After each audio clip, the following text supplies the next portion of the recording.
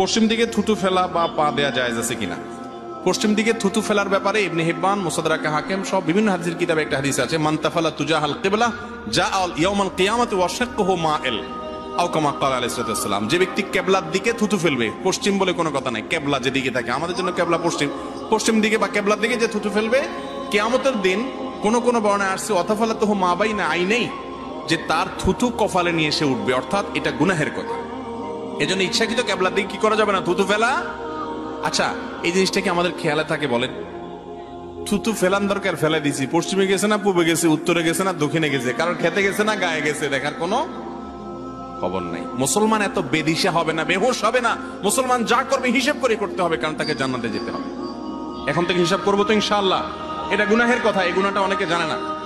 যে কোনো দিকে থুতু ফেলে দেয়, আগে ফেলেছেন সেজন্য আল্লাহর কাছে মাপ চাইবেন, সামনে যেন আর এটা না হয়। পশ্চিম দিকে থুতু ফেললে কি